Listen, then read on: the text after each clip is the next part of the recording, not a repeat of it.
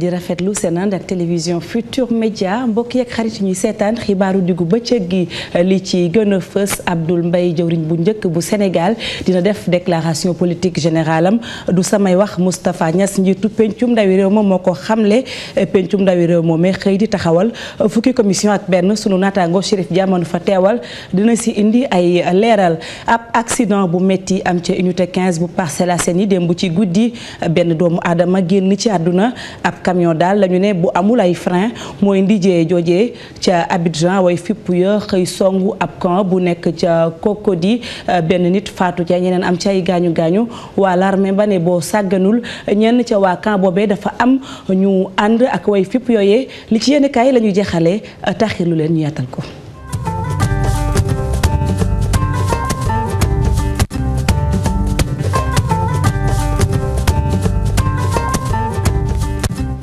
mbokk yeeg xarit ñuy seetaan asalaamaaleykum jaajëfal leen ci kóolute gi Abdoul Mbaye jëwriñ bu njëkk bu Sénégal dina def déclaration politique générale weeru septembre bi nu dëkkmal loolee nag Moustapha Niasse moo ko xamle ñu déglu njiitu pencum ndawi réew mi ci micro waa RFM. En fonction des urgences et des dossiers.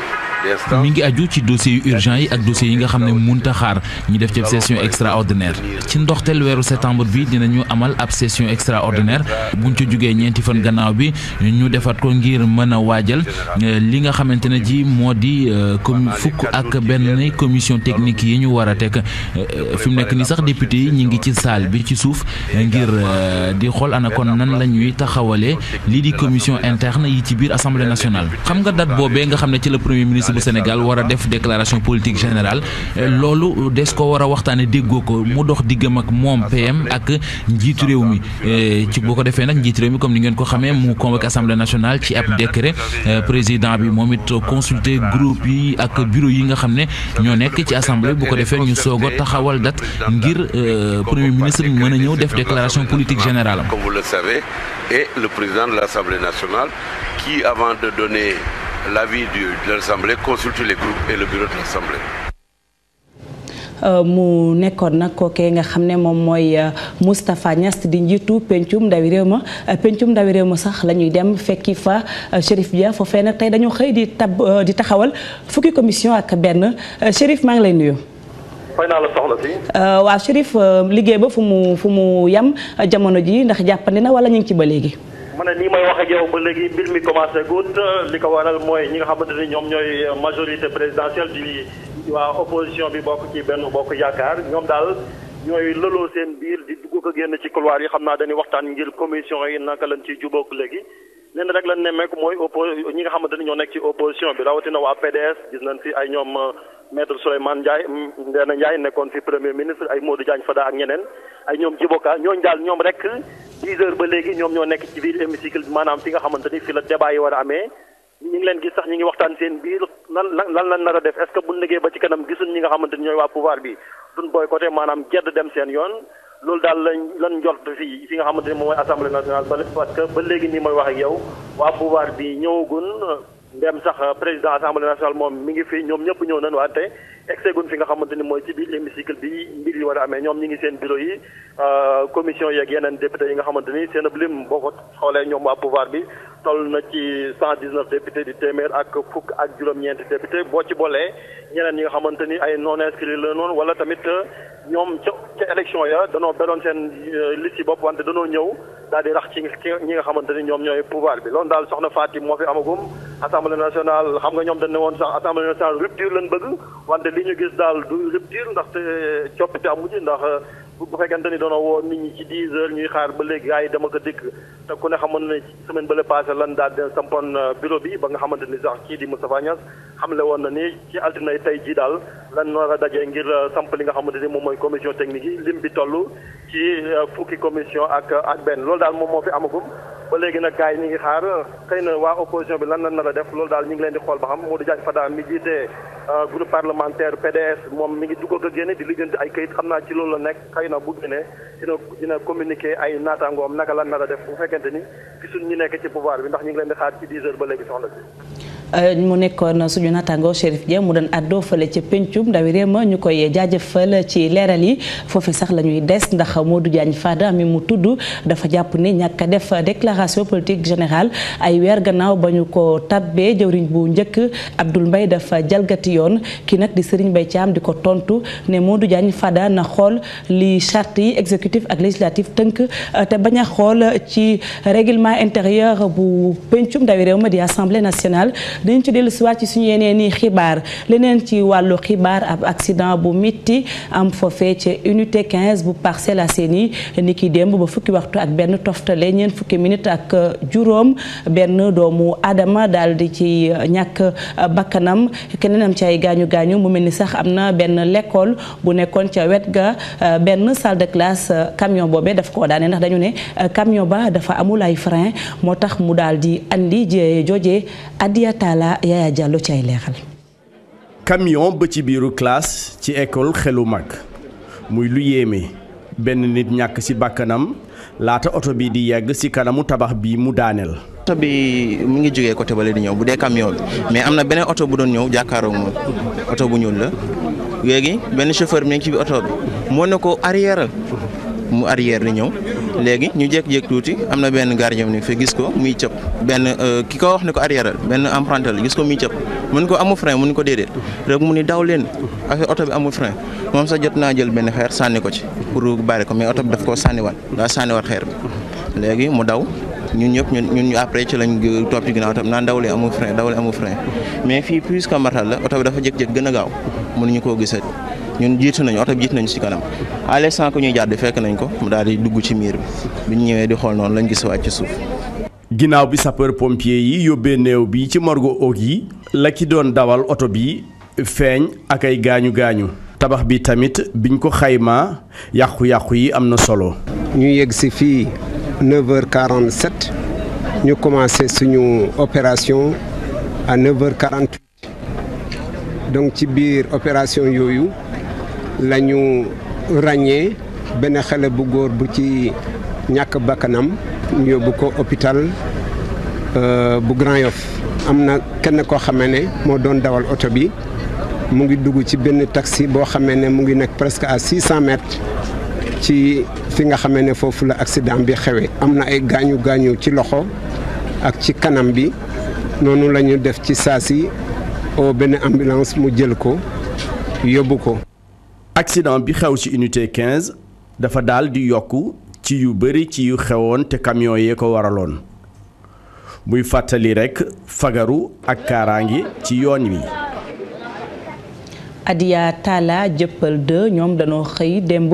di tabbu ki nga xam ne nag moom mooy seen délégué de quartier muy nag loo xam ne lu bees la askan wa ci ñoom di ko rafetlu ndax ñoom ñoo xëy tànnal seen bopp ki leen neex mu nekk seen délégué de quartier maire bi moom ci wàllu boppam ne lii lépp nag day firndeel ne dañoo bëgg liggéey bu leer te tegu ak yoon Nafissatou Silla Ababacar Camara ñoo ñu fa teewaloon. rang bu gudd bi ci bureau bi di mel ni ay élection présidentielle wala législative du lenn lu dul ay élection ngir tabb chef de quartier. man dama ñëw voter comme tout citoyen comme ni ma voté au présidentiel au législatif donc c'est tout à fait normal que je reviens ma ñëwaat voter pour fal sama chef de quartier. voilà comme moom mooy première personne bi ngay njëkk a jot pour atteindre l'administration c'est tout à fait normal que ma ñëw participer ci parce que maa ngi dëkk ci quartier bi. loolu moom ñu ngi koy rafetlu bu baax parce que c'est tout à fait normal parce que bu njëkk da nga daan toog rek ñu xëy rek ne la diw mooy chef de quartier mais léegi population bi ñoom ñooy tànnal seen bopp seen chef de quartier bon ku si nekk nag yow yaay seet ki nga xam ne moom nga gën a wóolu wala moom nga gën a am yaakaar si moom bon nga dem nga sànni ko sa carte. lu ci ëpp kii di maire bi mooy xool ku mu neex mu fal ko chef de quartier mais fii si jëppal lu bees lii lu ñu ci namm du lenn lu dul mbir yi jaar yoon te yëf yi leer. pour que ñu tànn délégué de quartier lii nga xam ni moom moo gën a jaadu. gën a ànd ak démocratie mooy que population yi seen bopp daal di tànn ki nga xam ni moom mooy seen délégué de quartier parce que maire mën na juum ci tànnam jël ki nga xam ni xëy na saafontul ak population yi wala mu jël kenn ki nga xam ni bu fekkee ni moom population yi li ñu waroon demee demewu ko wala déggu buñu tamit ëllëg si ba ci liggéeyam dafay xajam dafay am ay jafe-jafe donc ñu jàpp ni tëju rek sa bureau daal di seet ki la nga xam ni moo la neex te kon rek daan sa waayam la moo tax mu jël ko xëy na loolu da wax te tamit xëy na mooy dëgg ñu ne nañu bàyyi rek population yi ñoom seen bopp ñoom ñoo xamante seen biir ñu tànn ki nga xam ne moo leen doy ñu def ko délégué de quartier. juróomi candidat ñooy jongante ngir nekk chef de quartier bu Dieuppeul 2 te ci ñoom nag nemmeeku nañu ci ñaari jigéen pour nekk chef de quartier am na ay critères yu bëri yu ñuy laaj wante ngir maire bi li ci ëpp solo mooy mën-mën bi. dama bëgg nekk délégué de quartier parce que nit ki fi nga juddoo yaroo fa war nga faa mën a tekki dara war nga faa mën a doon dara balaa ngay dem di xëccoo ji feneen nga xëccoo sa gox ba pare ba am ko ba pare doo ko dem xëccoo ji feneen. dama ci fas yéene mooy jàppale jeunes yi jàppale tamit jigéen ñi surtout tamit suñu gox defaraat suñu gox ndax tali yaa ngi fi yu bëri baaxul mën nañ ci jàpp taxaw wax dëgg yàlla pour suqali suñu gox lamp yaa ngi fi defar nañ ko gaa waaye am na yoo xam tàkkul mën nañ ci taxaw jàppale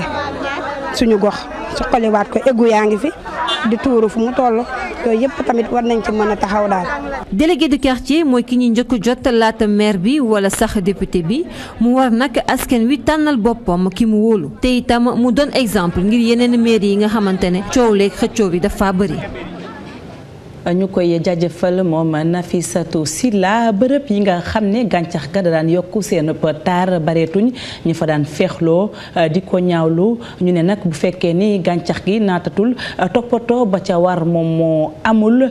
Marie-Christine Mendy, Ibou Cissé reportage. comme ni ko waa ji di defee ñu bare dañuy faral di ñëw ci jardin public yi ngir mën a noppalu waaye tamit ngir mën a dàkku koor. ci ëpp rek dama fiy ñëw maanaam di feexlu. di dàqaale koor léeg-léeg ma jàng sama alxuraan wax dëgg yàlla daal di wéetal sama bopp daal waaw. espace vert kat wax dëgg yàlla ñëpp xam nañ ni espace vert bu ko wax nga garab wax nga gàncax te ku nekk xam nga ni gàncax maanaam mooy dund waaw kon nag wax dëgg yàlla lu baax la. ay jardin public yu ci mel ni yu nekk fii ci allée Ababacar Sy ñoom bareetuñu ci biir Dakar ba tax na ñay yeewoo ca Sicap di ñaaw lu nu ni mel. dama taamu béréb bi ñëw ngir féexal sama xol profito ci daal di yër li nga xamante ni moo nekk ci yéenekaay yi li may naqaru rek mooy béréb yu ni mel bëriwun ci Ndakaaru li fi nekk néew duñ leen toppatoo nit ñi jël mbalit mi di ci sotti comme li ma gis fii. te lii ku ne xam na ni baaxul ci jaww ji maanaam environnement bi te lenn tamit seetlu nañ ko agression yi maanaam caay-caay gi xaw na fee bari lool. bërëb yi mel ni néew na war nañ leen a yokk. maanaam nguur gi war na mën a li fi des as néew ci ay bërëb maanaam ñu defar ko nit ñi mun ciy feexlu. ñay faral di ñëw ci jardin public yi ñoom ñi ngi ñaax ngir ñu gën a mën a toppatoo lii di bërëb yooyee. li ñu war a yokk mooy kaaraange gi déjà kaaraange la ñu war a yokk ndax ñu mën a yokk kóolute nit ñi ci ñëw ci bërëb yu mel nii. rax ci doy itam bërëb yi mel ni néew na war nañ leen a yokk maanaam nguur gi war na mën a li fi des as néew ci ay bërëb maanaam ñu defar ko. mu mel ni ñu ci bëri xamuñu lii di njëriñu espace vert yi ba tax na ñenn ñi sax dañ fay faral di tuur mbalit moo ne de lu am njëriñ la ci biir environnement bi. Marie-Christine Mendy sibiru di feebar boo xam ne day faat lu bëri rawatina jamonoy nawet ñi nga xam ne ñoom ñooy saytu jàngoro joojee di dalal xel yi nee nañu naam sax nag xeex bi du yomb waaye dañoo fas yéene lëkkaloog askan wi xeex ngir jële fi lii di sibiru Fatou Kiné Deme Mar Dieng ci ay leeral. 2001 et 2009. bu ñu sukkandikoo ci xayma ñuy def ci wàllu wér-gu-yaram Sénégal def na ay jéego yu am solo ci xeex sibiru lu jëm ci ndeeteel yooyu lee wàññeeku na bu baax. enquête bu mujj bi bu koy wone mooy enquête démographique de santé bi wone ne parasitémie bi wàññeeku na ba 3% maintenant en 2008 damay fàttali ni en 2008 on était à 5,7% donc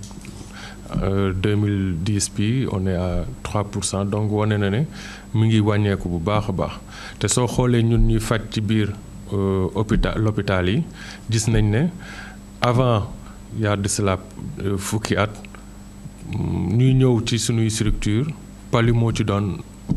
ëpp mais gis nañ ne ci at yu mujj yi palu nekkatul première cause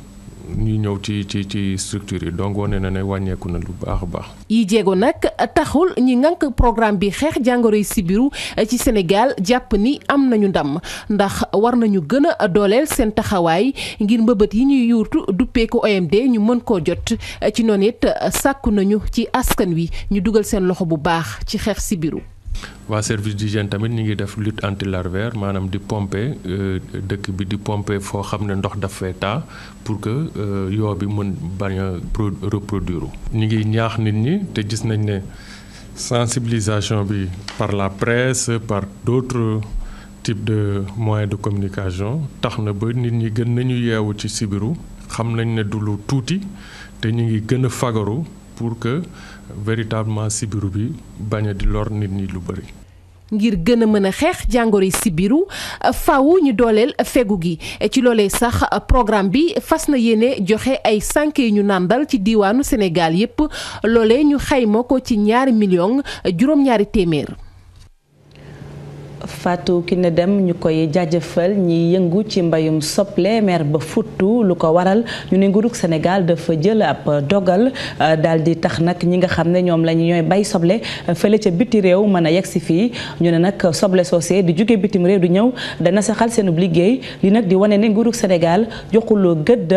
carte gi nga xam ne da ko xaatimoon benn contrat ñu ne nag bu ñu deful dara dinañ yëngal ñoom ñi nga xam ne ñoo yëngu ci wàllum soble fële ca Potou Thierno Fall Mouhamed Nabi Silla lañ ci àndal. béykat soble yu nekk Potou ak seeni njaboot ak tamit seeni surga ñoom day yëkkati nañu seen baat ci kaw di naxarlu décision bi nga xam ne nguur gi jël na ko pour fexewaat lii di soble importé duggaat ci réew mi ñoom day jàpp nañ ni soble si nekk ci tool yi bari na bariwaay bi nga xam ne mën na ravitailler réew mi ci ay fan yu bari. xam nga lan mooy sunu njaay li ñuy liggéey ci réew mi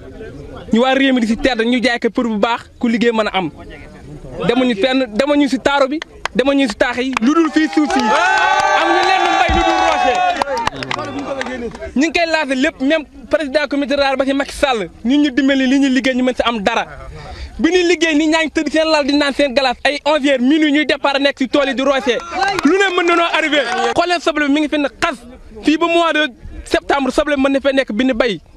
nañu téye soble élevage bi ñun béykat lañu nañu dimbali wàññi nañu prix bi démb ba tey kenn peese wu fi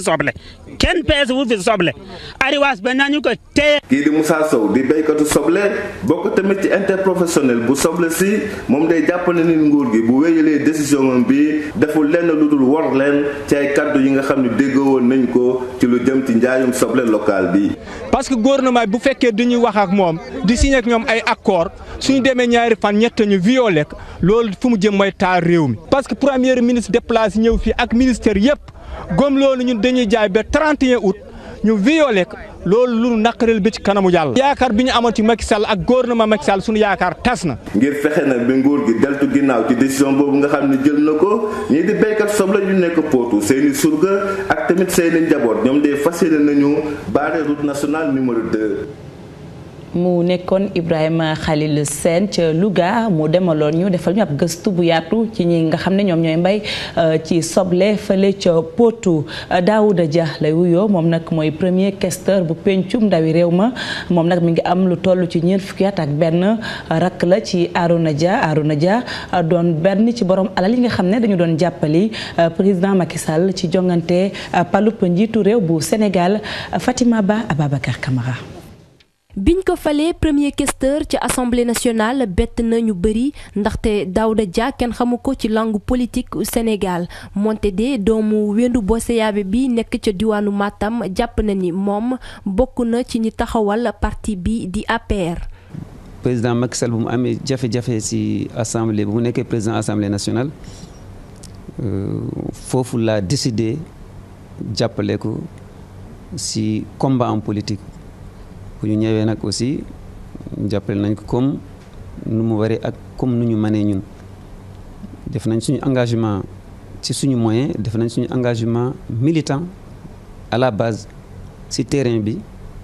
c'est vrai ñu bëri xamuñ ma parce que daaw ma woon wane sama bopp donc pourtant teruma liggéey maa ngi ci banlieue bi maa ngi Fouta maa ngi Tamba maa ngi Kaolack maa ngi fàttu Sénégal. am li toll ci ñeent fukki at ak benn Daouda Dia rakk la ci Arouna Dia di kenn ci milliardaire yi jàppale woon Macky Sall ci campagne bi ñu bëri sax jàpp ne kooku moo tax ñu tabb ko ci place bi muy loo xamante ni moom Daouda àndu ci. maa ngi liggéey guddi ak bëccëg parce que xam naa ne benn occasion rek la woon bu ñu ratee occasion boobu du baax donc moo tax jéemuñ sax woon nit ñi lan la ñu liggéey donc sama stratégie politique laa amoon def naa comme nu mu waree liggéey naa comme nu mu waree Macky Sall seede na ko ba am confiance man tey jox ma poste bi nii maa ngi koy sant di gërëm tamit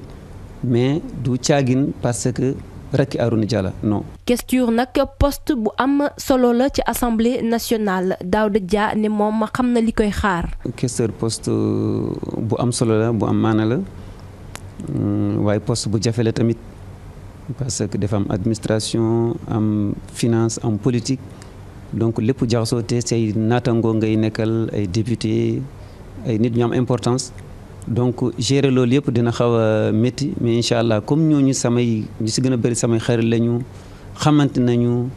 ñoo nekkoon si terrain bi ensemble defe naa si côté boobu du ma am jafe-jafe. moom Daouda Dia mi ngi soog a takk ndomb tànk bu amee ni solo mu ne rek dina def kéem kattanam ba du bett mukk ñi ko fal. ci ponk bu mujj bu suñu xibaar yi muy li ci yéenekaay yi Mamadou Mouhamed Ndiaye moo ñu ko jàngatal. jërë ngeen jëf. musiba mbab kumbaati am na ci dëkk bi camion yi ñoo defati njombe indil leen ma xët mu njëkk Walfadjri Grand Place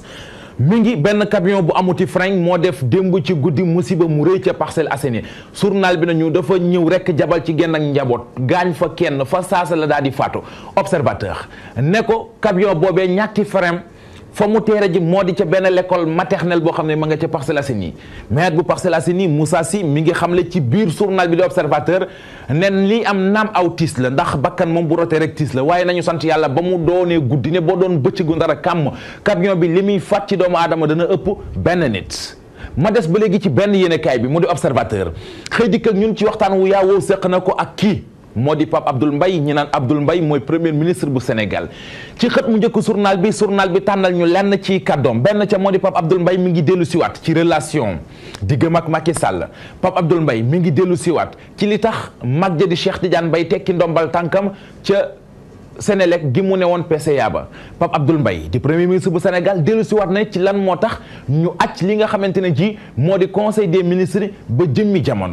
jamono ji la ñëpp yi xaar mooy la war a xew tey ci assemblée nationale Walfadjri Grand Place xëy ci dellu siwaat ak ñun tey ji yéen a kaay bi nañu bong bong yu mujj yo tey la ñu koy séddale ci assemblée nationale nday ja di Walfadjri feelu ko ne ko loolee moom jarul sax a wax la tax mu ne la ca baax yépp Macky Sall ak i ñoñam jël nañu ko présidence commission yépp waa APR ñoo ca teg loxo muy commission des finances commission des lois loolee lépp journal bi nañu ma nga ca waa APR ñu teg loxo